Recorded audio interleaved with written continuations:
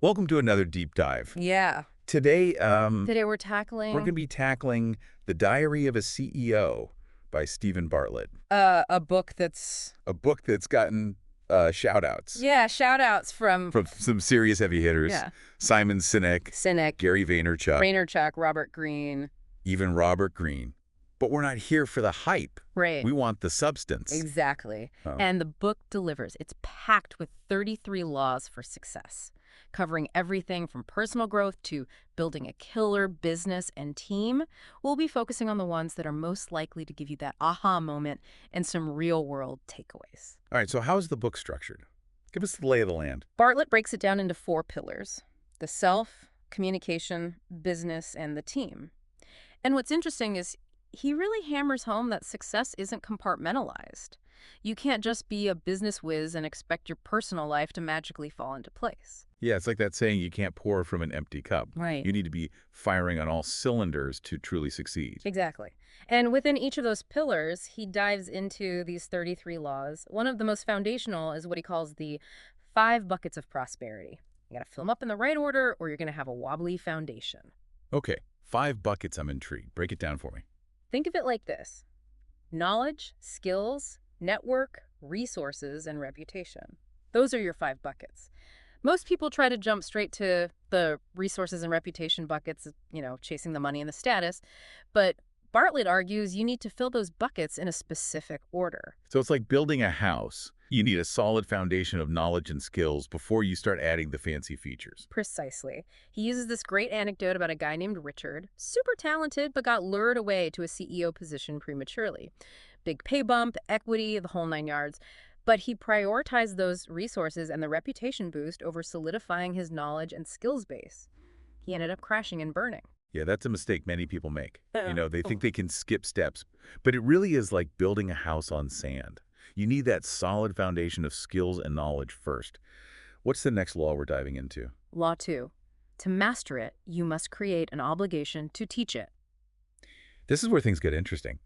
Bartlett actually used this law to overcome his stage fright. He used to be terrified of public speaking, but forcing himself to break down complex ideas and share them on Twitter transformed him. What's fascinating about this is that it directly connects to the Feynman technique, the idea that if you can't explain something simply, you don't truly understand it. Having to condense his thoughts into those 140-character tweets, now 280, really forced Bartlett to distill those complex ideas down to their essence. Yeah, that reminds me of when I was trying to learn astrophysics, talk about a complex topic. I started explaining the concepts to my nephew, who was like 8 at the time. And in trying to make it make sense to him, I realized how much I didn't understand myself. Exactly. The act of teaching, even if it's just explaining something to a friend, forces you to really grapple with the material. It's active learning, not passive absorption. Okay, what's next on our list? Law 3. And this one's a bit of a head scratcher at first glance. You must never disagree. Hold on.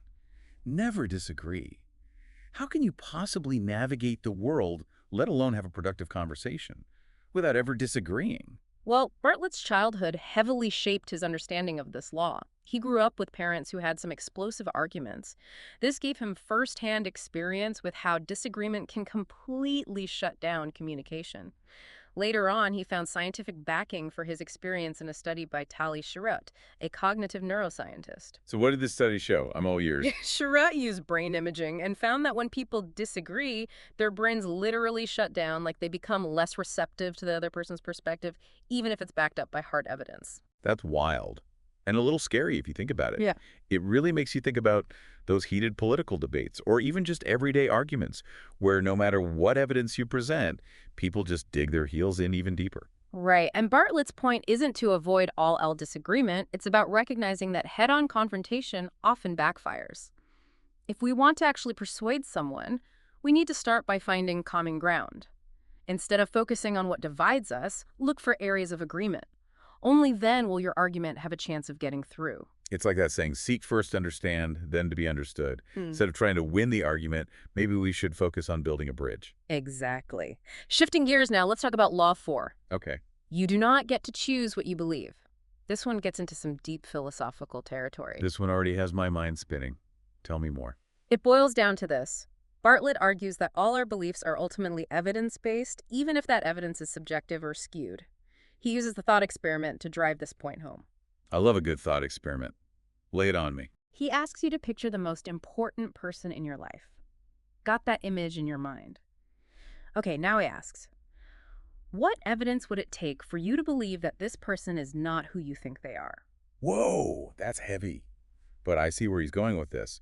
We base our beliefs, even our most deeply held ones, on the evidence we've gathered, whether it's through personal experience, observation, or what we've been told. Precisely. And that's why it's so difficult to change someone's mind, especially about those core beliefs. Whether it's flat earthers, people who believe in conspiracy theories, or folks who insist Elvis is still alive, they've all found some form of evidence to justify their beliefs. So it's not about attacking their beliefs, it's about understanding the evidence that led them there. Right, exactly. Now, the good news is that beliefs can change, but you need the right kind of evidence. Bartlett says the most effective evidence comes from a trusted source, offers positive outcomes, and dismantles the negative aspects of their old belief. It's like building a better mousetrap.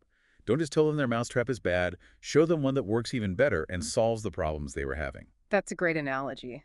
And speaking of embracing new things, let's move on to Law 5. You must lean in to bizarre behavior. Okay, this one has me curious. What exactly qualifies as bizarre behavior in this context? He's talking about embracing new ideas, technologies, or trends that might feel strange or even uncomfortable at first. He uses the example of a CEO who was totally resistant to digital music.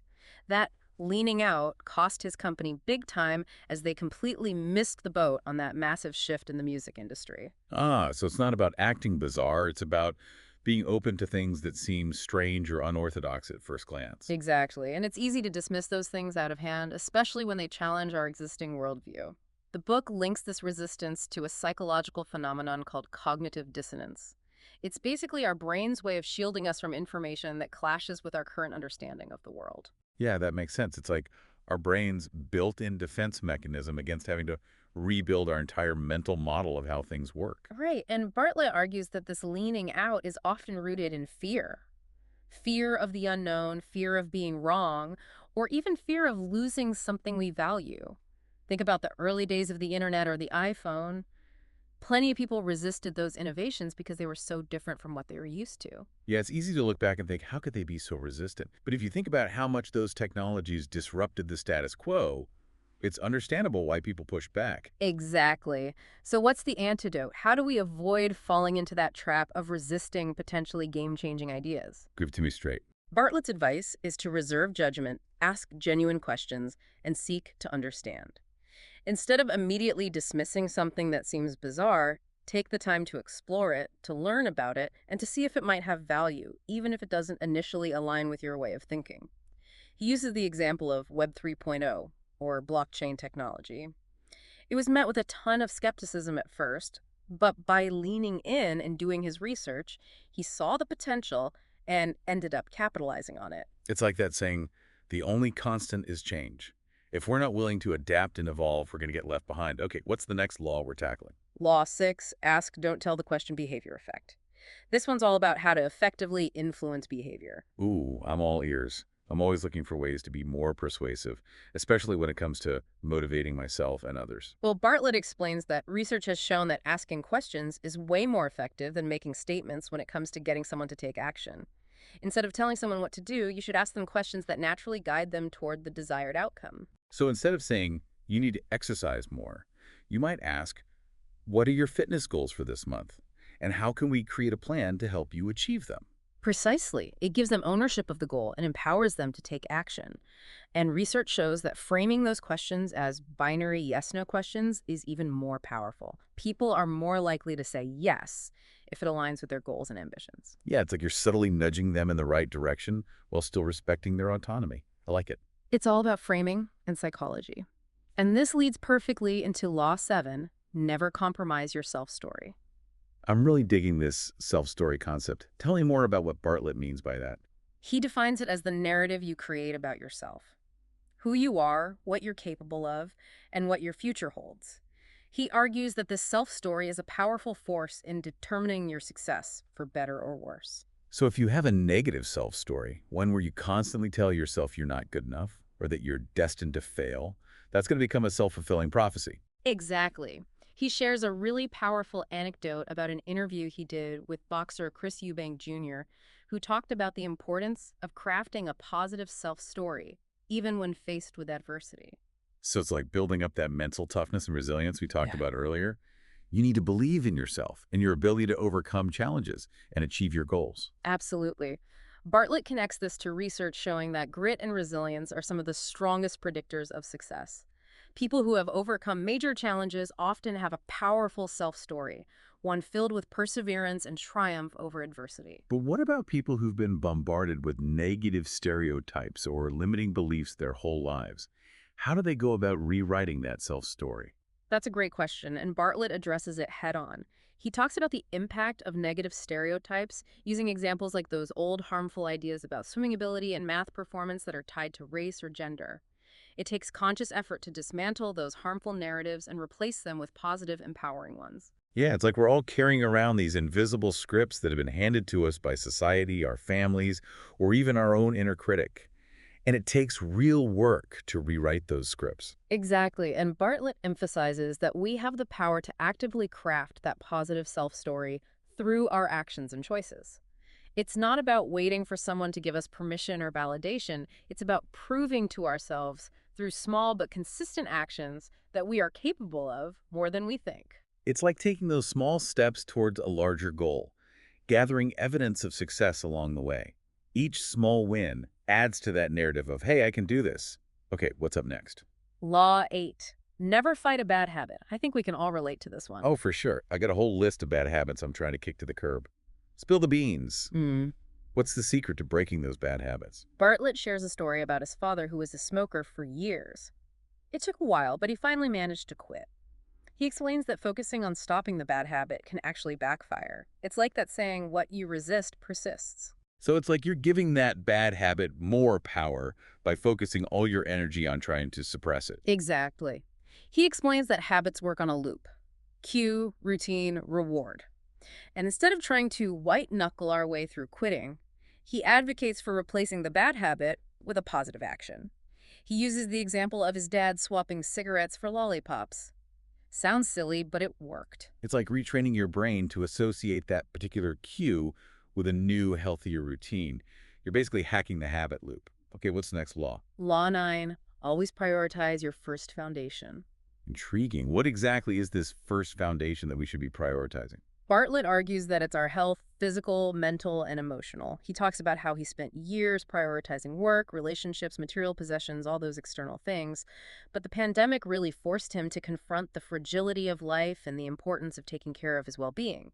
He realized he'd been neglecting his first foundation and was paying the price. It's a wake-up call a lot of us have had in recent years.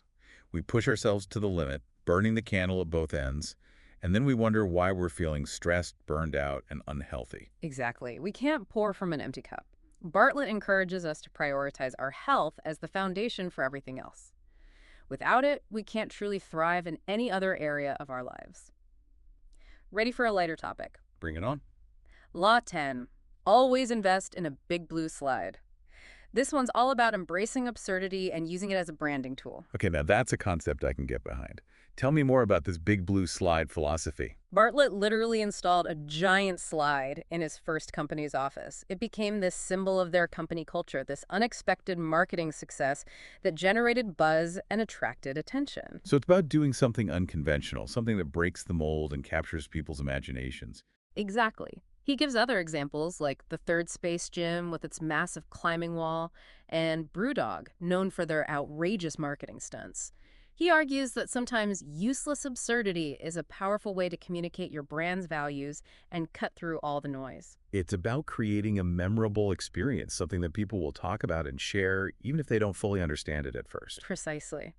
And speaking of cutting through the noise, let's talk about Law 11. Avoid wallpaper at all costs. Wallpaper, I'm not sure I follow the metaphor here. He's not literally talking about wallpaper. He's talking about habituation, our brain's tendency to tune out repeated stimuli. He opens with this chilling anecdote about the Titanic. Many passengers didn't initially react to the warnings because they were so used to the routine sounds and sights of the ship. By the time they realized how serious it was almost too late. Wow, that's a powerful example of how habituation can blind us to danger. But I'm still not clear on how this relates to communication and marketing. Think about it this way. Our brains are constantly bombarded with information, so they have to filter things out. Anything that becomes repetitive or predictable gets tossed aside. It's like the boy who cried wolf. After a while, people just stopped paying attention. So the challenge is to create communication that cuts through the clutter and grabs people's attention, something that stands out from all the wallpaper. Exactly. He uses the example of semantic satiation, which is that phenomenon where a word loses its meaning when you repeat it too many times. Think about how overused words like revolutionary or game changers have become in advertising. They've lost their impact because we've heard them so many times that they've become wallpaper. So how do we avoid becoming wallpaper ourselves? Bartlett encourages us to tell stories in an unrepetitive, unfiltered, and unconventional way. He argues that strong marketing demands a response, an emotion, an opinion. It doesn't want to be liked, it wants to be loved or hated. Yeah, it's about being bold and taking risks, even if it means ruffling a few feathers along the way. Precisely. And that brings us to Law 12, you must piss people off. Now, that's a bold statement. Is he really suggesting we intentionally try to annoy people? Not exactly. He's saying that sometimes the most effective marketing triggers a strong emotional response, even if it's negative. It's about being provocative and starting a conversation, even if it means making some people uncomfortable. He points to examples like using curse words in book titles or creating campaigns that are deliberately controversial. So it's about being memorable, even if it means ruffling a few feathers along the way. It's about standing out from the crowd and getting people talking. Exactly. Now get ready for a fascinating concept. Law 13, psychological moonshots beat reality. Psychological moonshots. I love that term. What does it mean? Bartlett defines psychological moonshots as small investments that create a huge shift in perception. He argues that it's often more effective to invest in shaping how people perceive something than trying to change the reality itself. And it's usually a lot cheaper and easier, too. Can you give me an example of a psychological moonshot in action? He uses Uber as a case study. They didn't reinvent the technology of getting from point A to point B. They focused on creating a seamless, transparent, and efficient experience that addressed all the anxieties and frustrations people had with traditional taxis. So it's about understanding human psychology, the way people perceive and experience the world, and using that knowledge to your advantage. Exactly. And Bartlett breaks down the 5 psychological principles that Uber leveraged so effectively. The peak-in rule, idleness aversion, operational transparency, uncertainty anxiety, and the goal gradient effect. Okay, I'm going to need you to break those down for me. No problem. The peak-end rule states that people judge an experience based on how they felt at its peak and at its end. So Uber focused on making those moments memorable. Free bottled water, drivers greeting you by name, little things that made a big impact. Idleness aversion is all about our discomfort with feeling unproductive or idle. Uber addressed this by providing those real-time updates on the driver's location, giving passengers a sense of progress and control. It's like that feeling of, okay, things are moving, I'm not just stuck here waiting. It makes a huge difference psychologically. Right. Then there's operational transparency, which is all about making the process visible and understandable. Uber does this by showing you the route on the map, giving you clear pricing information up front, eliminating that uncertainty and anxiety you get with traditional taxis. Yeah, it's like they took all the worst parts of the taxi experience and flipped them on their heads. Brilliant. And lastly, there's the goal gradient effect, which is our tendency to work harder as we get closer to a goal. Think about those loyalty programs where you get closer to a free coffee with each purchase. You're way more motivated to buy that next coffee when you can see that reward on the horizon. Right. Totally. So Uber leveraged that by showing a progress bar as the driver approached the pickup location, creating that sense of anticipation and excitement. Exactly. It's amazing how much psychology plays into our everyday experiences without us even realizing it.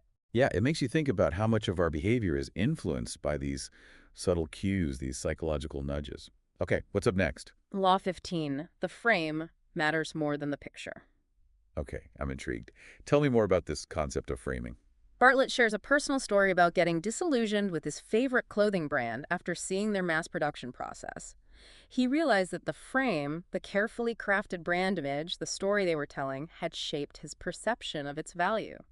Once that frame was shattered, His perception shifted. So it's like that classic example of the two lines that are the same length, but one looks longer because of the arrows pointing inwards or outwards.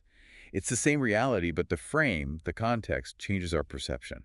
Precisely. He's not arguing for lying or deception. He's saying it's about presenting your product or service in the most compelling and factual light possible. He uses the example of W-Wope, which is a health monitoring wearable that's competing with giants like Apple and Fitbit. WWOOP stands out.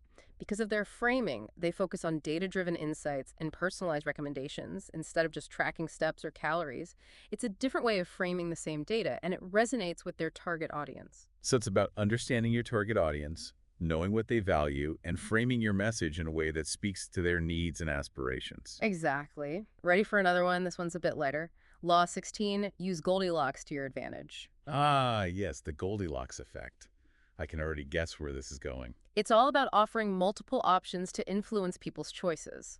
Bartlett tells a story about his house hunting experience and how the estate agent strategically showed him 3 properties.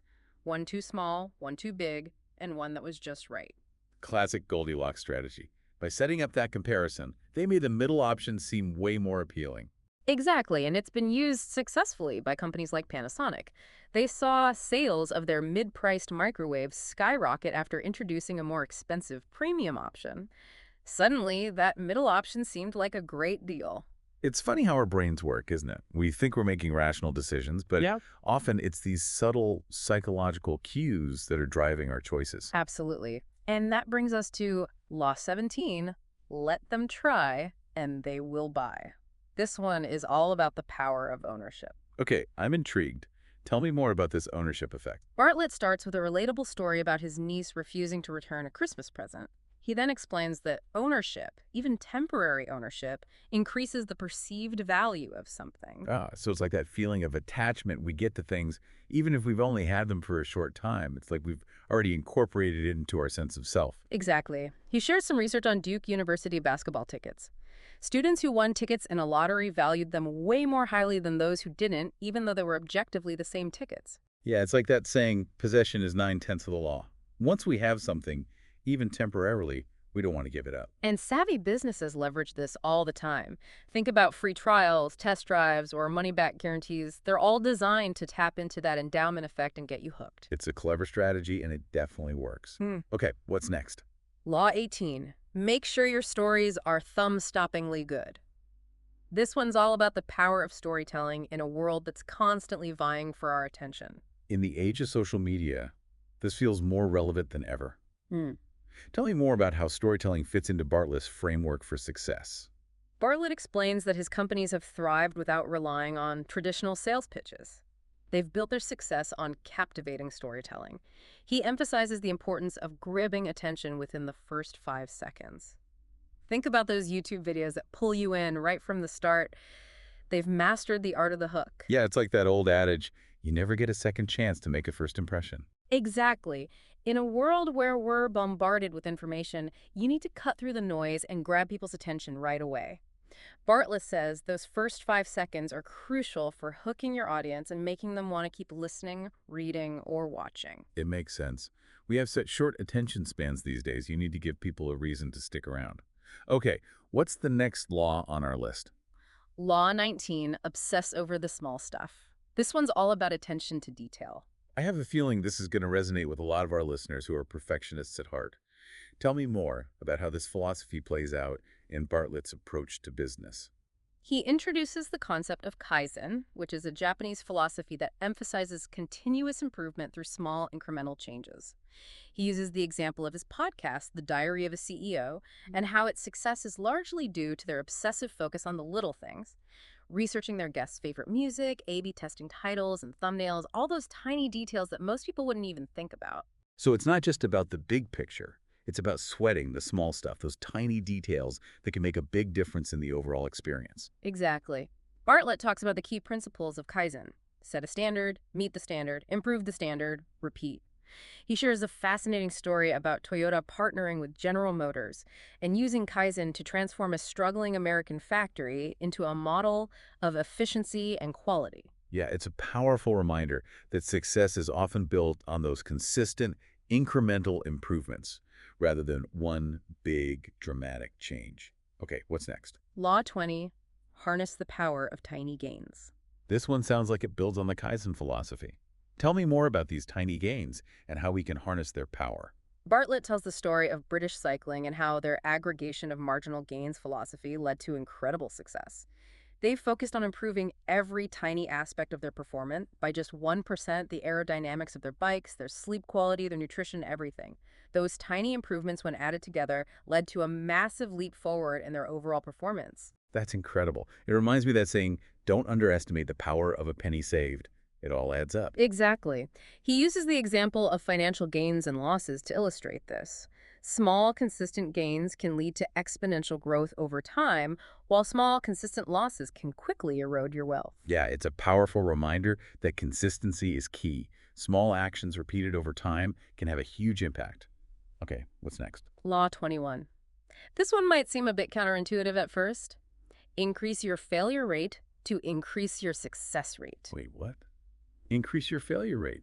I'm not sure I like the sound of that. I know, it sounds strange, right? But hear him out. Bartlett explains the difference between type 1 and type 2 decisions. Type 1 decisions are those big, irreversible ones with high consequences. Type 2 decisions are smaller, reversible decisions with lower consequences. He argues that we should be more willing to experiment and even fail fast when it comes to those type 2 decisions. So it's about taking calculated risks, recognizing that those smaller failures are actually valuable learning opportunities that can help us avoid making bigger mistakes down the road. Exactly. He gives the example of companies like Booking.com and Amazon, which are known for their culture of experimentation and rapid iteration. They're constantly testing new ideas, knowing that some will fail, but those failures are seen as valuable data points that ultimately drive innovation. It reminds me of that famous Thomas Edison quote, I have not failed. I've just found 10,000 ways that won't work. Exactly. Okay, ready for the next one. Hit me. Law 22. Remove all bureaucracy for type 2 decisions. I can already hear the collective groan from all the corporate folks out there. Tell me why Bartlett thinks bureaucracy is such a killer. He argues that bureaucracy strangles innovation and slows down decision-making, especially those type 2 decisions that should be quick and agile. It creates all these unnecessary roadblocks and discourages people from taking risks. So instead of having to get 10 different signatures to try a new marketing campaign or test a new product feature, he's advocating for empowering smaller teams to make those decisions without all that red tape. Exactly. It's about creating a culture of agility and responsiveness, where teams can move quickly and adapt to change. Now, for a law that will resonate with anyone who's ever struggled with commitment issues. Lay it on me, I'm always up for a challenge. Law 24, burn the boats, eliminate your plan B. Whoa, that sounds intense. Is he really saying we should have no backup plan? He starts with this incredible story about Nando Parado, one of the survivors of the Andes plane crash. Parado's determination to survive was fueled by the fact that he had no other choice. There was no plan B, no rescue team on the way. He had to find a way to make it out alive. So he's talking about the power of commitment, the sense of urgency and focus that comes from having no safety net. It's like that sink or swim mentality. Exactly. And it's not just a motivational tactic. Bartlett cites research that shows having a plan B actually negatively impacts our performance on plan A. It creates this sense of complacency, a feeling that we don't have to give our all because we have a fallback option. It's like that saying, necessity is the mother of invention. When we have no other choice, that's when we're most likely to tap into our creativity and resourcefulness. Precisely.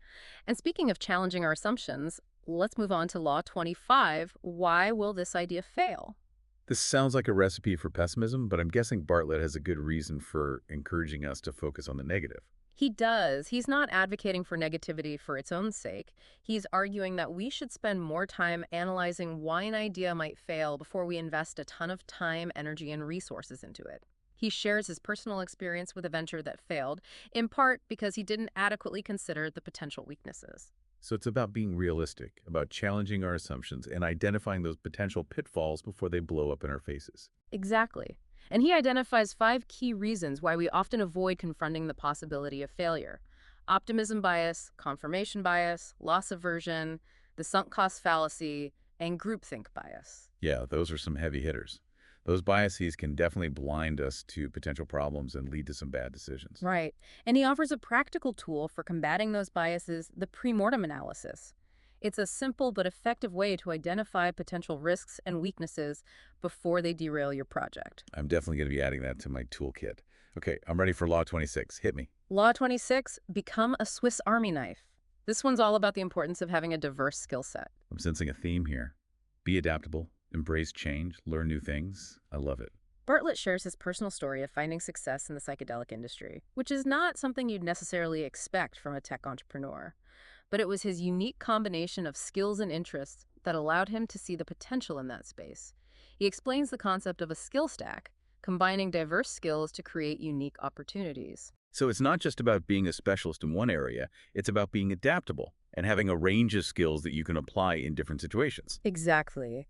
He encourages us to be lifelong learners, constantly expanding our knowledge and skill set. He says that the more diverse your skills, the more valuable you become. It's about being a jack of all trades, but a master of some.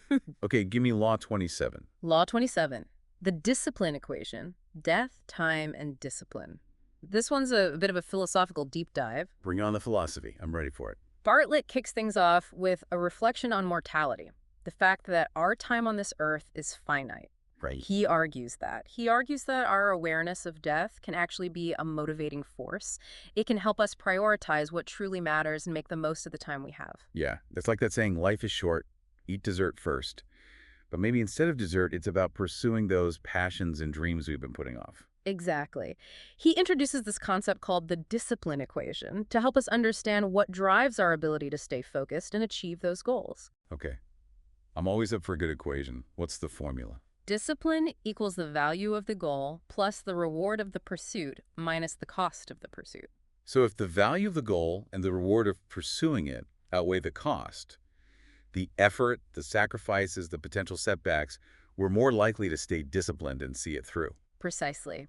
He uses the example of learning to DJ. He's passionate about music and loves the challenge of DJing, so the reward of the pursuit is high. And the value of the goal, being able to perform for others and share that passion, is also high. Those factors outweigh the cost, the time, and effort it takes to learn, making it easier for him to stay disciplined. That makes so much sense. It's not just about willpower. It's about aligning your goals with your values and passions so the journey itself becomes part of the reward. What's the next law we're diving into? Law 29. Create a cult mentality. Whoa. Cult mentality. That sounds a bit intense, even dangerous. What exactly does Bartlett mean by that? He's not talking about starting an actual cult, of course. He's using the term metaphorically to describe the kind of passionate, all-in commitment that you often see in the early stages of successful companies. So it's like that feeling of being part of something bigger than yourself, where everyone is united by a shared vision and driven by a sense of purpose. Exactly. He explains that companies go through 4 distinct phases: cult, growth, enterprise, and decline. That initial cult phase is characterized by that intense passion and dedication that fuels those early wins. But you're saying that kind of intensity isn't sustainable in the long run, right? It's like burning too brightly too fast. You're bound to burn out eventually. Exactly. That's why Bartlett emphasizes the importance of evolving the company culture as it grows. You need to transition from that initial cult stage to a more mature and balanced model that can sustain success over the long term. So it's about finding that balance between passion and pragmatism, creating a culture that's both high-performing and sustainable. Precisely. He talks about the importance of establishing clear values, fostering open communication, and prioritizing employee well-being. It's about creating an environment where people feel valued, supported, and empowered to do their best work. It's like building a strong foundation, not just for the business, but for the people who make it run. Okay, hit me with the next law. Law 32. You must be an inconsistent leader. Okay, this one still throws me for a loop. How can inconsistency possibly be a good thing when it comes to leadership? Bartlett uses the example of Sir Alex Ferguson, the legendary manager of Manchester United. Ferguson was known for being unpredictable, even harsh at times, but what looked like inconsistency to outsiders was actually a deep understanding of the individuals he was leading. So it's not about being erratic or unpredictable for the sake of it. It's about recognizing that different people respond to different leadership styles. What motivates one person might completely demotivate another. Exactly. He knew which players thrived under pressure and which ones needed a more nurturing approach. It's like that saying, different strokes for different folks. Precisely. The most effective leaders are adaptable. They can read the room and adjust their style to fit the situation and the people they're leading. Yeah, it's about being flexible, observant, and empathetic.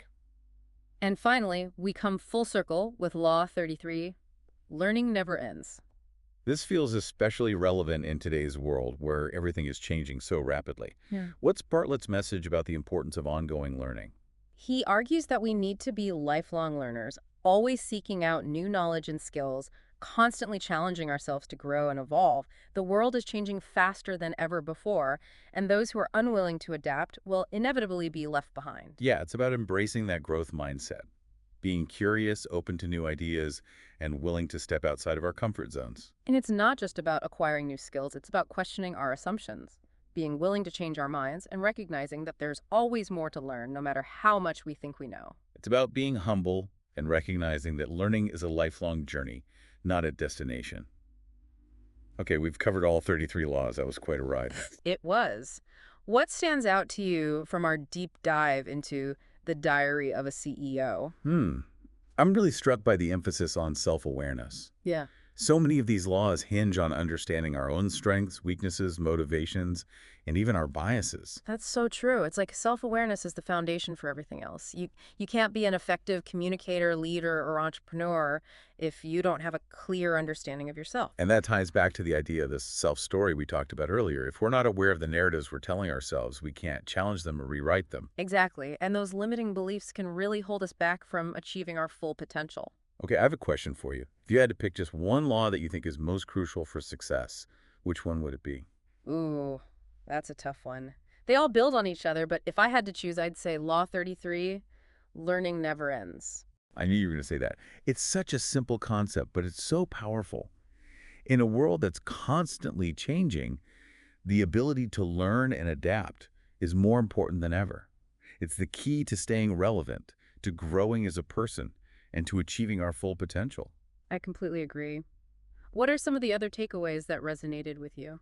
I love the idea of psychological moonshots and how we can leverage psychology to create more persuasive and engaging experiences. It's like a secret weapon for anyone who wants to influence people, whether you're a business leader, a marketer, or just someone who wants to be more effective in your personal interactions. That's a great one. It's all about understanding the human element and using that knowledge to your advantage. And of course, the never disagree law really challenged my thinking. I'm someone who loves a good debate, but Bartlett's point about finding common ground and building bridges instead of trying to win the argument really stuck with me. That one is definitely a game changer if you can master it.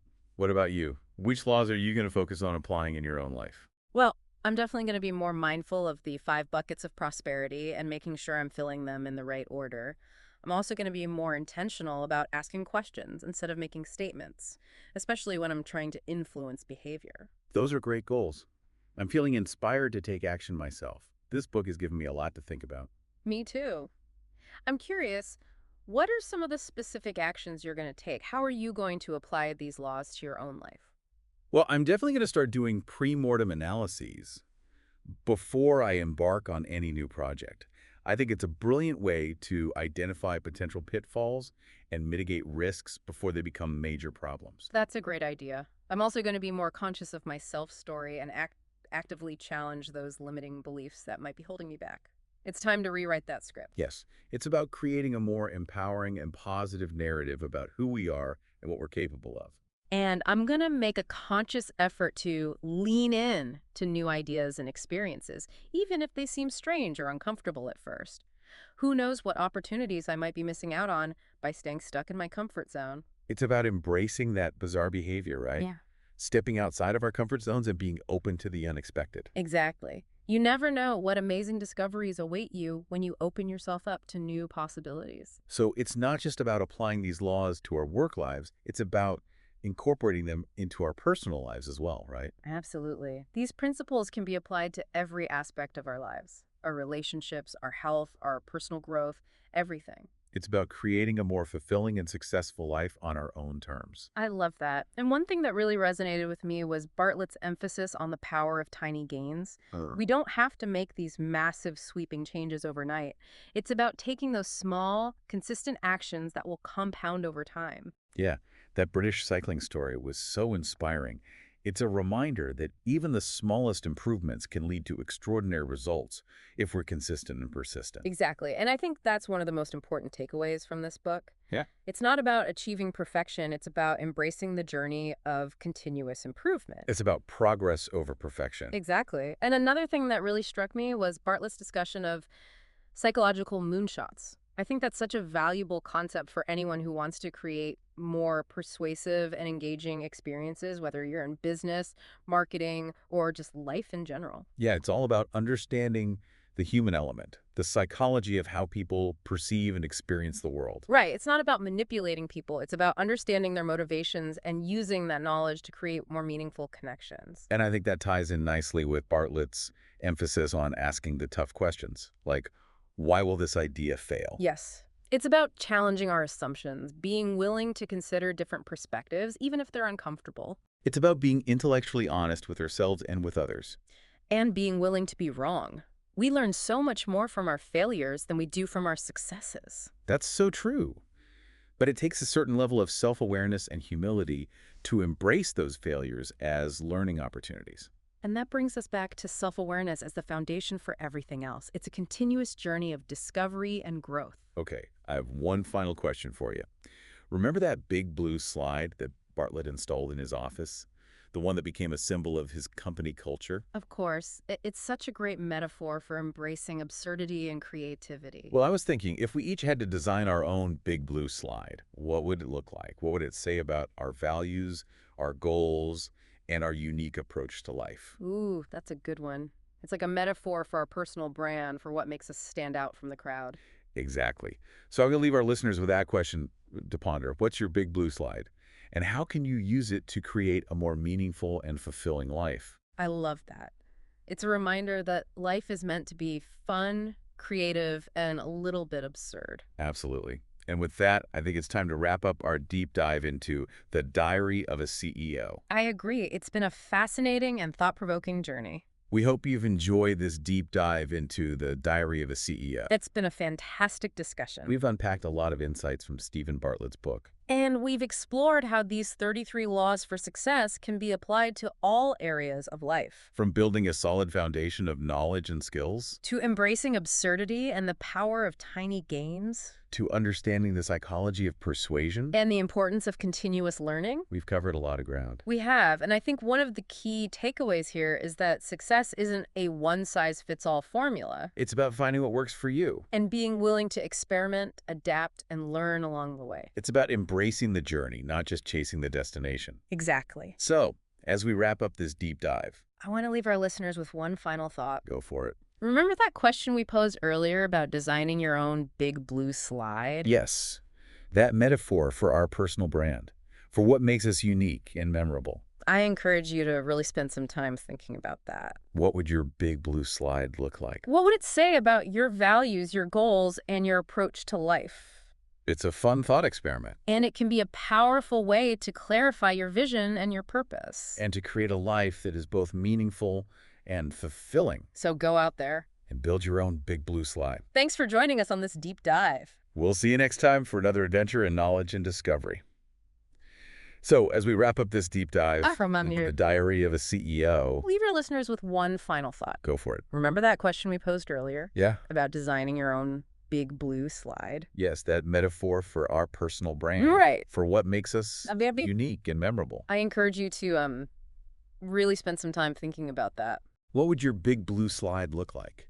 What would it say about your values, your goals, and your approach to life? Yeah, it's a fun thought experiment. Right. And it can be a powerful way to clarify Yeah. your vision and your purpose. And to create a life that is both meaningful and fulfilling. Exactly. So go out there. And build your own big blue slide. Thanks for joining us on this deep dive. We'll see you next time for another adventure in knowledge and discovery.